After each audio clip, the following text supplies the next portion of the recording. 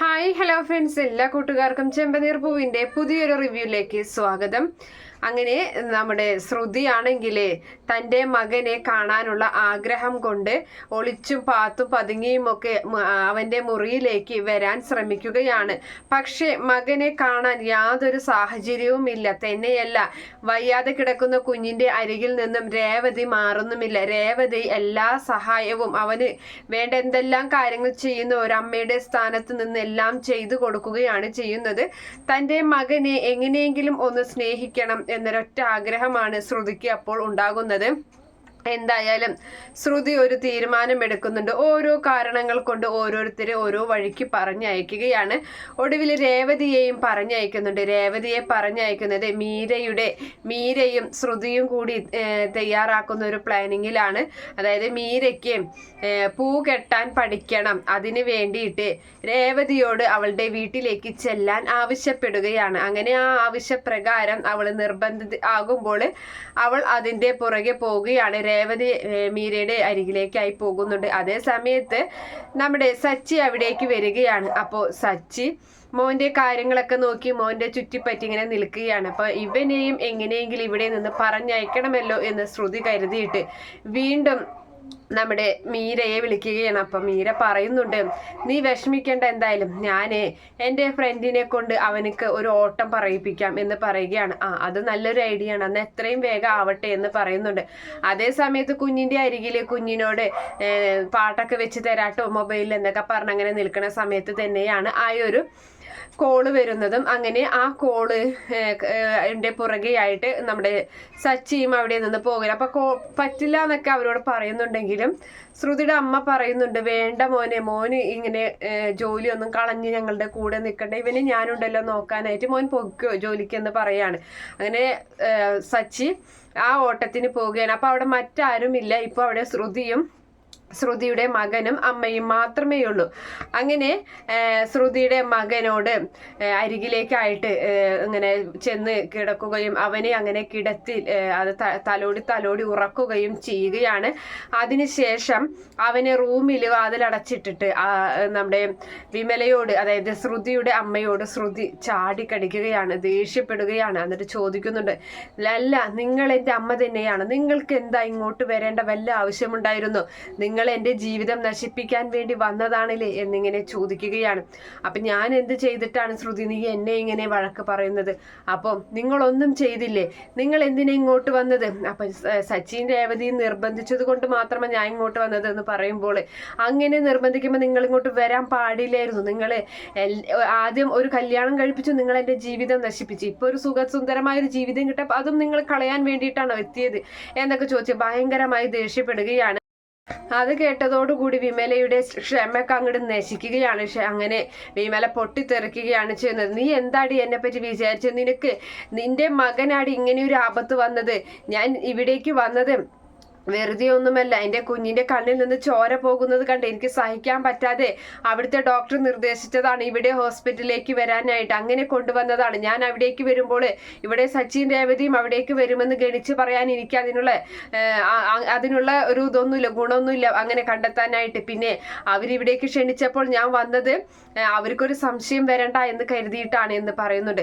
അപ്പോൾ ആ സമയത്ത് എൻ്റെ കുഞ്ഞിന് ഞാൻ മാത്രമുള്ളടി, അതിൻ്റെ അമ്മയായ നീയില്ലടി എന്ന് പറയുകയാണ്. അതെന്താ അമ്മ അങ്ങനെ പറയാൻ കാരണം? എന്ത് ഞാൻ ഉണ്ടാകില്ലേ?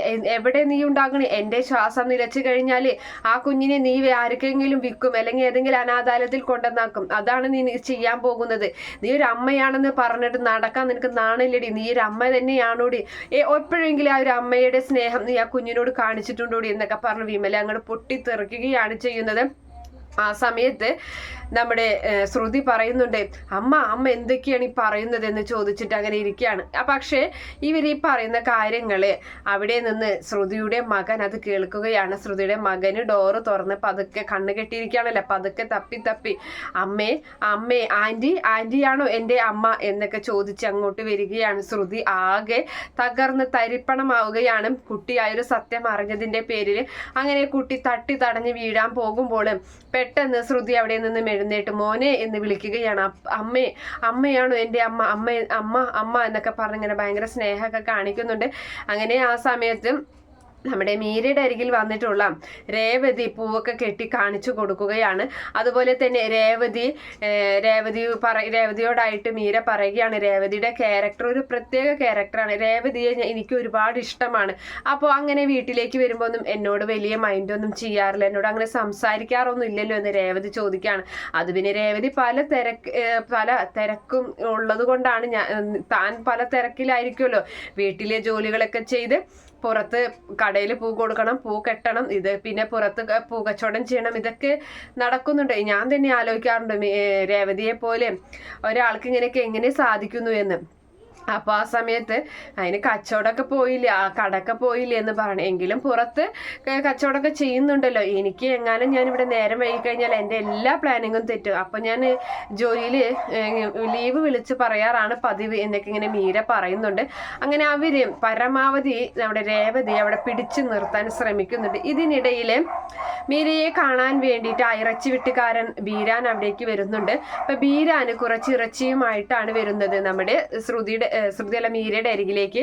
അപ്പോൾ അവർ പുറത്തു നിന്ന് സംസാരിക്കുന്നത് രേവതി കേൾക്കുകയാണ്. രേവതി ഇങ്ങനെ മനസ്സിൽ കരുതുന്നുണ്ട്, അല്ല ആ ശബ്ദം ശ്രുതിയുടെ കൊച്ചച്ഛൻ്റെ ശബ്ദം പോലെയാണല്ലോ. അപ്പോൾ അയാളെ കാണാൻ വേണ്ടി രേവതി അവിടെ നിന്നും എഴുന്നേറ്റ് പുറത്തേക്ക് വരുമ്പോഴേക്കും ഒരു വിധത്തിൽ ബീരാനെ പറഞ്ഞയച്ചിട്ടുണ്ടാവും. അപ്പോൾ രേവതി പറയുന്നുണ്ട്, ഈ ആ ശബ്ദം എവിടെയോ കേട്ടിട്ടുണ്ട്, എൻ്റെ വീട്ടിൽ വന്നിട്ടുള്ള ആളാണെന്ന് എനിക്കൊരു സംശയം എന്ന് പറയുമ്പോൾ ഒരിക്കലുമില്ല, ഇത് താഴെ ഇറച്ചി വെട്ടുകാരനാണ്, താഴെ ജോലി ചെയ്യുന്നവനാണ് എന്നിങ്ങനെ പറയുന്നുണ്ട്. അങ്ങനെ ഇനി എന്തായാലും ഭക്ഷണമൊക്കെ കഴിച്ചിട്ട് പോയാൽ മതി, എന്തായാലും ഇതൊക്കെ കിട്ടിയിട്ടുണ്ട്, കറിക്കുള്ളതൊക്കെ കിട്ടിയിട്ടുണ്ട്, ഇനിയിപ്പോൾ ഭക്ഷണമൊക്കെ കഴിച്ച് പോയാൽ മതി എന്ന് പറഞ്ഞ് രേവതിയുടെ പരമാവധി പിടിച്ചു നിർത്തുന്നുണ്ട്. ഇവിടെയാണെങ്കിൽ ഈ കുഞ്ഞ് ഓരോരോ കാര്യങ്ങൾ ചോദിക്കുന്നുണ്ട്. എന്തുകൊണ്ടാണ് എന്നെ അമ്മ അറിയിക്കാഞ്ഞത്, ഞാൻ എൻ്റെ അമ്മയാണ് എന്ന് ആൻറ്റി എന്തുകൊണ്ടാണ് അറിയിക്കാഞ്ഞത്? അത് പല കാര്യങ്ങളുണ്ട് മോനെ, എൻ്റെ ജീവിതത്തിൽ പല പ്രശ്നങ്ങളുണ്ട്. അമ്മ പറഞ്ഞോ ഞാൻ അമ്മയുടെ പ്രശ്നങ്ങളൊക്കെ ഞാൻ തീർത്തോളാം എന്ന് പറയാണ്. അത് മോന് തീർക്കാൻ പറ്റില്ല, അത് വലിയവരുടെ പ്രശ്നങ്ങളാണെന്നൊക്കെ ശ്രുതി അങ്ങനെ പറഞ്ഞു കൊടുക്കുന്നുണ്ട്. എന്തായാലും അമ്മയും മകനും നല്ല സ്നേഹത്തിലാണ്. മകനെ സ്നേഹിക്കാൻ കിട്ടിയ അവസരം അമ്മയും അതായത് ശ്രുതിയും അങ്ങ് ഏറ്റെടുക്കുകയാണ്. ആ സ്നേഹം കണ്ടുകൊണ്ട് നമ്മുടെ സച്ചി വരുന്നുണ്ട്. അവന് ചോറുള്ളകൾ ഇങ്ങനെ വാരി വാരി കൊടുക്കുന്ന കാഴ്ച കണ്ടുകൊണ്ട് അവിടേക്ക് സച്ചി വരികയാണ്. എന്താ ഈ കാഴ്ച, എന്താണ് ഈ കാണുന്നത് എന്ന് ചോദിക്കുമ്പോൾ അവിടെ ശ്രുതി പറയുന്നുണ്ട്, അല്ല ഒരു അമ്മയില്ലാത്ത കുഞ്ഞല്ലേ, രേവതി ഇവിടെ ഉണ്ടായിരുന്നില്ല, അതുകൊണ്ട് ഞാൻ വാരി കൊടുത്തതാണ് എന്ന് പറയുമ്പോൾ സച്ചി പറയുന്നുണ്ട്, എന്തായാലും ഈ കാര്യത്തിൽ ഇങ്ങനെ ചെയ്തതിൽ എനിക്ക് നിങ്ങളോട് ഒരുപാട് സന്തോഷം നിങ്ങളോട് തോന്നുന്നുണ്ട് എന്നൊക്കെ ഇങ്ങനെ മറുപടി പറയുകയും ചെയ്യുകയാണ്. എന്തായാലും അങ്ങനെയൊക്കെ ഒരു ഭാഗമാണ് എന്തായാലും നാളെ കാണിക്കാൻ പോകുന്നത്. ഈ റിവ്യൂ ഇഷ്ടപ്പെടുകയാണെങ്കിൽ ഈ ചാനൽ ഒന്ന് സബ്സ്ക്രൈബ് ചെയ്ത് സപ്പോർട്ട് ചെയ്യുക, അതുപോലെ തന്നെ ലൈക്കും ചെയ്യുക. Okay friends, bye, thank U.